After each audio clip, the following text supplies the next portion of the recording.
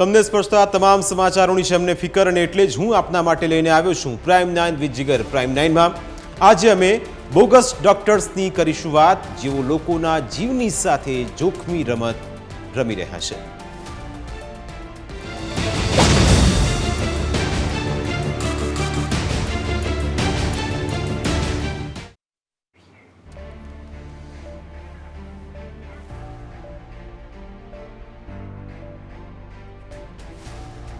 ગુજરાતમાં પીએમઓનો નકલી અધિકારી, નકલી સરકારી ઓફિસ, નકલી પોલીસ અને નકલી ટોલ નાકું વગેરે ઝડપાયા છે. હવે આખી નકલી મલ્ટી સ્પેશિયાલિટી હોસ્પિટલ ચલાવતો નકલી ડોક્ટર ઝડપાયો છે. બાવળાના કેરાડા ગામના મેહુલ ચાવડા નામનો માણસ ડોક્ટર નહીં હોવા છતાં અનન્યા મલ્ટી સ્પેશિયાલિટી હોસ્પિટલ ચલાવતો હતો. એટલા જ માટે હોસ્પિટલમાં ગ્રામ્ય વિસ્તારમાંથી મોટા પ્રમાણમાં દર્દીઓ આવતા. બોગસ ડોક્ટર કોઈ પણ ડિગ્રી કે લાયકાત નહીં ધરાવતો હતો અને સારવારના નામે તેમની જિંદગી સાથે રમત રમતો હતો. થોડા સમય પહેલા એક છોકરીને આ હોસ્પિટલમાં દાખલ કરાઈ. હોસ્પિટલે 1.5 લાખ રૂપિયા સારવારના થશે એમ કહીને એડવાન્સ રકમ લીધી. અનન્યા મલ્ટી સ્પેશિયાલિટી હોસ્પિટલમાં સવારે છોકરી દાખલ થઈ. આ છોકરીનું રાત્રે મૃત્યુ થઈ જતાં તેના પરિવારજનો આઘાતમાં સરી પડ્યા. યુવતીના પરિવારજનોએ પોતાની વેદનાને વાચા આપી અને આખી ઘટનાનો વિડીયો ઉતાર્યો અને સોશિયલ મીડિયા પર મૂક્યો. વિડીયોમાં પરિવારજનો કહી રહ્યા છે કે તેમની દીકરી સવારે સારી હતી પણ સાંજે અચાનક ગુજરી ગઈ. અમે ડોક્ટર્સને વારંવાર રિપોર્ટ આપવાનું કહ્યું છતાં રિપોર્ટ અપાયો નથી અને દીકરી કેમ ગુજરી ગઈ એ અંગે હોસ્પિટલ દ્વારા કોઈ સ્પષ્ટ કારણ નથી અપાયું. આ વિડીયોમાં વાયરલ થતાં સરકાર સુધી વાત પણ પહોંચી હતી. સવાલ એ છે કે જિંદગી સાથે ભયાનક ખેલ કેમ ખેલાઈ રહ્યો છે? વાયરલ વિડીયોનું સત્ય જાણવા કોશિશ કરાઈ. અમદાવાદ જિલ્લા આરોગ્ય વિભાગની ટીમને હોસ્પિટલમાં મોકલાઈ. આરોગ્ય વિભાગની ટીમે ડોક્ટરના મેડિકલ સર્ટિફિકેટ માંગ્યા. આરોગ્ય વિભાગને ગડબડ લાગતા તેમણે તરત પોલીસને બોલાવી. પોલીસને સાથે રાખીને પહેલા હોસ્પિટલને સીલ કરી. પોલીસે મેહુલ ચાવડા નામના બોગસ ડોક્ટરની ધરપકડ કરી. બોગસ ડોક્ટર મેહુલ ચાવડા વર્ષોથી જિંદગી સાથે ભયાનક ખેલ ખેલતો હતો. આશ્ચર્યજનક વાત એ છે કે મેહુલ ચાવડાએ હોસ્પિટલમાં મોટા પ્રમાણમાં સ્ટાફ રાખ્યો, પણ હોસ્પિટલના સ્ટાફને મેહુલ ચાવડા કોણ છે, ક્યાંથી મેડિકલની ડિગ્રી લીધી એ સહિતની કોઈ વાતની ખબર ન હતી. અનન્યા હોસ્પિટલ દ્વારા દર્દીઓને અપાતી ફાઇલ ઉપર પણ ડોક્ટરનું નામ કે એડ્રેસ લખવામાં આવ્યું ન હતું. આ ડોક્ટરે પોતાની નકલી હોસ્પિટલ નીચે એક મેડિકલ સ્ટોર પણ ખોલાવ્યો હતો. આ મેડિકલ સ્ટોરમાં અપાતી દવાઓ પર પણ દર્દીના જીવન સાથે ચેડા કરનારી તો નથી ને, તેની તપાસ પણ પોલીસ કરી રહી છે. મુન્નાભાઈ MBBS ફિલ્મમાં સંજય દત્ત એટલે કે મુન્નાભાઈ હોશિયાર ડોક્ટરને બાનમાં લઈને મેડિકલ કોલેજમાં પ્રવેશની પરીક્ષા પાસ કરી દે છે અને કોલેજમાં એડમિશન લઈ લે છે. આ કિસ્સામાં તો મુન્નાભાઈની જેમ ખોટી રીતે પણ મેડિકલની પરીક્ષા પાસ કરવાની તસ્દી લીધા વિના જ સીધા લોકોના જીવન સાથે અખતરા ચાલુ કરી દેવાયા હતા. આ કિસ્સો આઘાતજનક છે પણ નવો નથી. ગુજરાતમાં છેલ્લા કેટલાય સમયથી આવા બોગસ ડોક્ટર્સ ઝડપાયા જ કરે છે. તમે ગૂગલ પર સર્ચ મારશો તો ગણાય નહીં એટલા બોગસ ડોક્ટરો ઝડપાયા હોવાના સમાચાર મળી રહેશે. અને આજે ફરી આ જ મુદ્દે આપણે ચર્ચા કરવી છે. દશકાઓથી ગુજરાતમાં બોગસ ડોક્ટર સક્રિય છે. ઝૂંપડપટ્ટી વિસ્તારોમાં પ્રેક્ટિસ કરતા મોટાભાગના ડોક્ટરો બોગસ છે. WHO ભારતના ડોક્ટર્સ અંગે 2016માં એક રિપોર્ટ બહાર પાડ્યો હતો. રિપોર્ટમાં ચોંકાવનારો દાવો પણ કરાયો હતો કે અડધાથી વધારે એલોપેથીની પ્રેક્ટિસ કરનારા ડોક્ટર બોગસ છે. 57.3% મેડિકલના પ્રેક્ટિસ કરનારા ડોક્ટરો બોગસ છે. મેડિકલ સંબંધિત કોઈ તેમની પાસે ડિગ્રી નથી. આ રિપોર્ટનો મતલબ એ થાય કે ભારતમાં લગભગ અડધાથી વધારે ડોક્ટરો નર્યા ઊંટ વેચ અને ભારતની સામાન્ય જનતાના જીવ સાથે રમત રમી રહ્યા છે. હવે WHO નો રિપોર્ટ શું કહે છે? WHO નો રિપોર્ટ કહે છે કે ગ્રામીણ વિસ્તારોમાં 18.8% ડોક્ટર પાસે મેડિકલ ક્વોલિફિકેશન છે, જ્યારે 31% ડોક્ટર્સ માત્ર 12 ધોરણ સુધી જ ભણ્યા છે. કેન્દ્ર સરકારે આ રિપોર્ટ સ્વીકારવાની પણ એક સમયે ના પાડી હતી. જાન્યુઆરી 2018માં લોકસભામાં એક પ્રશ્નનો જવાબ આપતા તે વખતના કેન્દ્રીય આરોગ્ય મંત્રી જેપી નડ્ડાએ આ રિપોર્ટને બકવાસ ગણાવ્યો હતો. નડ્ડાએ દાવો કર્યો કે આ રિપોર્ટ ભ્રમ પેદા કરનારો છે. મેડિકલની પ્રેક્ટિસ કરવા માટે નોંધણી કરાવવા MBBSની ડિગ્રી અનિવાર્ય છે, પણ ભારતમાં MBBSની ડિગ્રી વિના પણ મેડિકલ પ્રેક્ટિસ કરી શકાય છે, તેથી આ રિપોર્ટ સ્વીકૃત નથી. એક વર્ષ પછી 2019માં જ એ જ આરોગ્ય મંત્રાલયે આ આંકડાને સત્તાવાર રીતે સાચા ગણાવ્યા હતા. નેશનલ મેડિકલ કમિશન એક્ટ હેઠળ 2019માં કમ્યુનિટી હેલ્થ પ્રોવાઇડર્સને મંજૂરી આપવા માટે સરકારે WHOના જૂના રિપોર્ટનો સહારો લીધો છે. નેશનલ મેડિકલ કમિશન એક્ટને યોગ્ય ઠેરવવા માટે સરકારે સ્વીકાર્યું કે અત્યારે ભારતમાં એલોપેથિક મેડિસિનની પ્રેક્ટિસ કરી રહેલા 57.3% લોકોએ મેડિકલ ડિગ્રી લીધી જ નથી. હવે આખો ખેલ શા માટે ચાલે છે એ પણ સમજીએ. Community health providers bogus doctor જેવા છે. ભારતમાં બોગસ ડોક્ટરો ચાલવાનું કારણ પ્રજાની ગરીબી અને થોડી ઘણી અજ્ઞાનતા છે. બોગસ ડોક્ટર પકડાય તો તેને બહુ મોટી સજા પણ થતી નથી. બોગસ એટલે કે ઝોલાછાપ ડોક્ટર 10-20 રૂપિયામાં દર્દીની તપાસ કરે. મોટા ભાગે દવા પણ પોતાને ત્યાંથી જ આપે અને સામાન્ય તાવ સહિતની શારીરિક તકલીફો તેમની દવાથી મટી પણ છે. ગરીબો કે નીચલા મધ્યમ વર્ગના લોકો માટે તેઓ તારણહાર સાબિત થતા હોય છે. ઓછી ફી લેનારા બોગસ ડોક્ટર ભગવાન જેવા લાગે. આ કારણે લોકો આ ડોક્ટર પાસે ડિગ્રી લેશે કે નહીં એની તપાસ પણ કરતા નથી અને આ બધી વાતોથી ચકાસણી કરતા નથી. ડોક્ટર પાસે પ્રેક્ટિસ કરવા માટે ડિગ્રી છે કે નહીં તેની ચકાસણી કઈ રીતે કરવી તેની લોકોને ખબર પણ નથી. આ અજ્ઞાનતાના કારણે બોગસ ડોક્ટરો ચાલે છે અને ભારતમાં મેડિકલ પ્રેક્ટિસ કોણ કરી શકે એ અંગેના નિયમો અને કાયદા છે. સ્વાસ્થ્ય રાજ્યનો વિષય હોવાથી દરેક રાજ્યમાં મેડિકલ પ્રેક્ટિસ એક્ટ અમલી છે. ગુજરાતમાં પણ ગુજરાત મેડિકલ પ્રેક્ટિશનર્સ એક્ટ 1963 અમલમાં છે. શું કહે છે આ કાયદો એ પણ સમજીએ. કલમ 30 મેડિકલની ડિગ્રી વિના પ્રેક્ટિસ કરતી કોઈ પણ વ્યક્તિ સજાને પાત્ર છે. ગુજરાતમાં મેડિકલ પ્રેક્ટિસ કરવા ગુજરાત મેડિકલ કાઉન્સિલમાં રજિસ્ટ્રેશન ફરજિયાત છે. દરેક MBBS એનાથી વધારે લાયકાત ધરાવતા ડોક્ટર પાસે રજિસ્ટ્રેશન ફરજિયાત છે.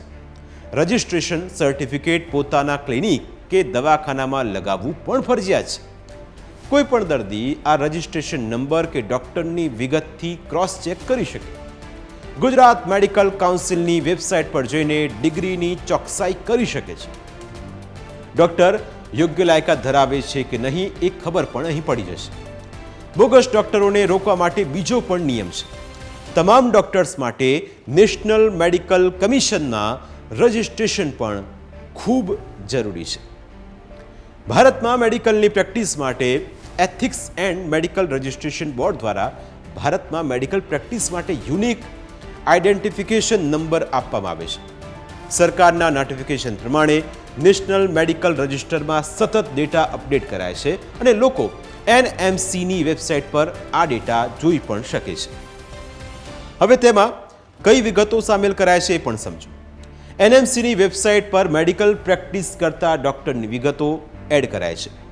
રજિસ્ટ્રેશન નંબર, નામ, રજિસ્ટ્રેશનની તારીખ, કામનું સ્થળ એટલે કે હોસ્પિટલ કે ઇન્સ્ટિટ્યૂટનું નામ, મેડિકલ લાયકાત, સ્પેશિયાલિટી, ઇન્સ્ટિટ્યૂટ કે યુનિવર્સિટીમાંથી ડિગ્રી મળી હોય તેનું નામ અહીં રજૂ કરાય છે. પણ અહીં આ સિવાય કઈ બાબતોનું ધ્યાન રાખવામાં આપણે જરૂરી છે એ પણ સમજવા જેવું છે. નહીં તો આવા ડોક્ટર્સ આપણને જીવવા નહીં દે. તેના વિશે કરીશું વાત એક નાનકડા બ્રેક બાદ.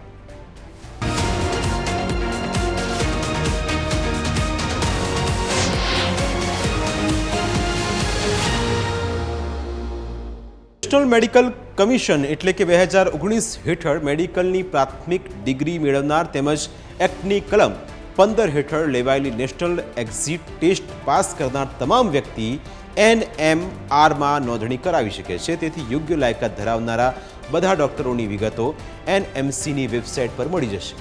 વિદેશી મેડિકલ ડિગ્રી મેળવનાર અને એક્ટની કલમ 15 હેઠળ લેવાયેલી નેશનલ એક્ઝિટ ટેસ્ટ પાસ કરનાર ડોક્ટરો પણ ફોરેન મેડિકલ ગ્રેજ્યુએટ રેગ્યુલેશનની કેટલીક શરતોને આધીન NMRમાં નોંધણી કરાવી શકે છે. જે ડોક્ટરો ભારતમાં પ્રેક્ટિસ કરતા હોય એ ફરજિયાતપણે આ એક્ટ હેઠળ નોંધણી કરાવે, તેથી તમામની વિગતો મળી જશે. દરેક ડોક્ટરે રજિસ્ટ્રેશન નંબર મેળવવો ફરજિયાત છે, પણ કેટલાક ડોક્ટરો એ કરતા નથી. એના આધારે ઇસ્યુ કરાયેલું લાયસન્સ 5 વર્ષ સુધી ચાલતું રહે છે. પણ ઝોલાછાપ ડોક્ટર તો એમનેમ પોતાનો ધંધો ધમધમાવે છે. રજિસ્ટ્રેશન કરાવનાર ડોક્ટર પ્રેક્ટિસ માટે કોઈ પણ રાજ્ય પસંદ કરી શકે છે. રાજ્યમાં તેને પ્રેક્ટિસની મંજૂરી મળી શકે કે નહીં એ જાણી શકે. રજિસ્ટ્રેશન માટેની અરજી સંબંધિત રાજ્ય કે સ્ટેટ મેડિકલ કાઉન્સિલને મોકલાય છે. રાજ્યની મેડિકલ કાઉન્સિલ એના આધારે લાયસન્સની મંજૂરી આપે છે. લાયસન્સ મળી જાય ત્યારે લાયસન્સના સર્ટિફિકેટમાં નોંધણી નંબર હોય છે. નંબર નેશનલ મેડિકલ રજિસ્ટર અને રાજ્યના મેડિકલ રજિસ્ટરમાં જોઈ શકાય છે. આ વિગતોના આધારે 1 મિનિટમાં ડોક્ટરની વિગતો મેળવી શકાય છે. કોઈ ડોક્ટરે સર્ટિફિકેટ ન લગાવ્યું હોય તો તેની પાસે વિગતો માંગી પણ શકાય છે. આગળ વધીએ કે શા માટે બોગસ ડોક્ટરોમાં ડર નથી એ પણ સમજવું જરૂરી છે. કારણ કે ડર એ વાતને લઈને નથી કે ડોક્ટરો પણ બોગસ હોઈ શકે.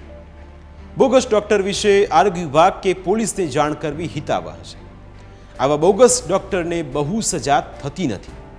વધારેમાં વધારે 1 વર્ષની જેલની સજા, મહત્તમ 5 લાખ રૂપિયા સુધીનો દંડ, જેથી બોગસ ડોક્ટરોમાં કાયદાનો કોઈ જ ડર નથી. કાયદા હેઠળ બોગસ ડોક્ટર સામે કાયદેસરની એક્શન લેવાય છે. કલમો હળવી હોવાથી તાબડતોબ જામીન મળી જાય.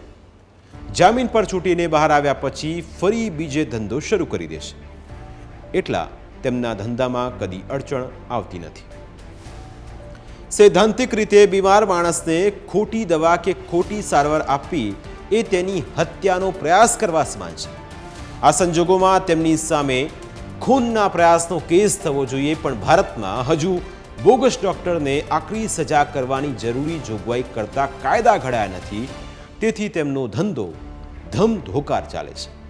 ઘણીવાર બોગસ ડોક્ટરના કારણે મોત થાય એવું પણ બને છે. બાવળામાં એવું જ થયું છે. હત્યાનો ગુનો શા માટે નહીં એ પણ સમજીએ. 6 મહિના પહેલા સુરતમાં બોગસ ડોક્ટર ઝડપાયો. નામ શ્રીનિવાસ ઉર્ફે ડોક્ટર સીનું, જેના કારણે એક છોકરીનો જીવ ગયો. બોગસ ડોક્ટરે 8 મહિનાની બાળકીને ખોટી દવા અને ઇન્જેક્શન આપ્યું. લિંબાયત શ્રીજીનગરમાં રહેતા તેલંગાણાના પરિવારની સાથે અન્યાય થયો. 8 માસની બાળકીને તાવ અને ખાંસી થઈ હતી. ઘરમાં જ ક્લિનિક ચલાવતા બોગસ ડોક્ટરે ઇન્જેક્શન આપ્યું. પોસ્ટમોર્ટમમાં બોગસ ડોક્ટરના કારણે મોત થયાનું સાબિત થયું.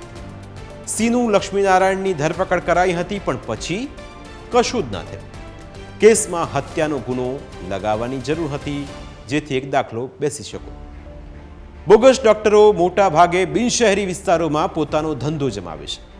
મોટા શહેરોમાં ગરીબ વસ્તીઓમાં અને ઝૂંપડપટ્ટીઓમાં તેમનો ધંધો જામેલો હોય છે કે જ્યાંથી પૂરતી આરોગ્ય વ્યવસ્થા જ નથી. એક બીજો મહત્વનો મુદ્દો પણ નોંધવા જેવો છે કે ગુજરાત સહિતના તમામ રાજ્યોમાં કોરોના કાળ પછી બોગસ ડોક્ટરોનો રાફડો ફાટ્યો છે. કોરોના કાળની આફત મેડિકલ વ્યવસાય સાથે સંકળાયેલા તમામ લોકો માટે અવસર બનીને આવી હતી. આ સ્થિતિનો લાભ લઈને મોટા પ્રમાણમાં બોગસ ડોક્ટરો ફૂટી નીકળ્યા એવું મેડિકલ નિષ્ણાંતોનું કહેવું છે. સ્થિતિ કયા પ્રકારની છે? અનેક નકલી ડોક્ટર ઝડપાયા જ કરે છે. ગ્રામ્ય વિસ્તારમાં તો બોગસ ડોક્ટરોની હાટડી જ ખુલી ગઈ છે. ગ્રામ્ય વિસ્તારોમાં આરોગ્ય તંત્ર તપાસ કરવા જતું નથી. કોરોના કાળ પછી વડોદરામાં 10 દિવસમાં 4 નકલી ડોક્ટર પકડાયા હતા. એક બોગસ તબીબે માત્ર ધોરણ 10 સુધીનો જ અભ્યાસ કર્યો હતો, ક્યાંક એક કમ્પાઉન્ડર હતો. બીજો બોગસ તબીબ ધોરણ 12 સુધીનો અભ્યાસ કર્યો હતો. નંદેસરી જીઆઈડીસીમાં છેલ્લા 20 વર્ષથી વગર ડિગ્રીએ પ્રેક્ટિસ કરતો ડોક્ટર ઝડપાયો હતો. આણંદમાં પણ 7 નકલી ડોક્ટર પકડાયા હતા. ડોક્ટરના પ્રિસ્ક્રિપ્શન વિના આપી ન શકાય એવી અનેક દવાઓ આ ડોક્ટર લોકોને આપતો હતો. બોગસ ડોક્ટરો ચાલે છે એનું એક કારણ ભારતમાં વસ્તી પ્રમાણે ડોક્ટરો નથી એ પણ છે. ભારતમાં દર લાખની વસ્તીએ માત્ર 80 દાક્તરો છે. માનો કે માત્ર 10% જ લોકો જ બીમાર પડતા હોય તો પણ 10,000 દર્દીઓની સારવાર કરવા માટે આપણી પાસે માત્ર 80 ડોક્ટર છે. મોટાભાગના ડોક્ટરો દવાખાનામાં અને હોસ્પિટલો શહેરી વિસ્તારમાં હોય છે. ગ્રામીણ વિસ્તાર, ગરીબ વસ્તીઓ અને ઝૂંપડપટ્ટીઓમાં તો પૂરતી સવલતો જ નથી. ગામડામાં હોસ્પિટલો નથી તો લોકો બીમાર પડે તેની સારવાર માટે લગભગ કશી સગવડ નથી. દર્દીને દવાખાને કે હોસ્પિટલમાં પહોંચવા માટે જરૂરી વાહન વ્યવહાર પણ નથી. ગામડાના દર્દીઓને ભગવાન ભરોસે હોય છે. સરકારે તેમને સારી સેવાઓ આપી શકે છે તેમ નથી, કેમ કે ડોક્ટરો ગામડામાં જવા તૈયાર નથી. બોગસ ડોક્ટરો લોકોનો ઈલાજ સસ્તામાં કરી આપે તેથી લોકો ખુશ રહે છે અને ખરાબ આરોગ્ય સેવા અંગે અવાજ ઉઠાવતા નથી, તેથી સરકારી તંત્રને પણ રાહત રહે છે. આ સ્થિતિ કઈ રીતે બદલી શકાય એ વિશે કોઈ વિચારતું નથી.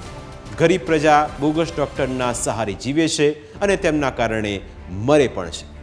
તેમના વતી બોલનારું કોઈ છે નહીં, તેથી બોગસ ડોક્ટરોનો ખેલ ગામડાઓમાં અને નાના એવા વિસ્તારોમાં ચાલતો જ રહે છે.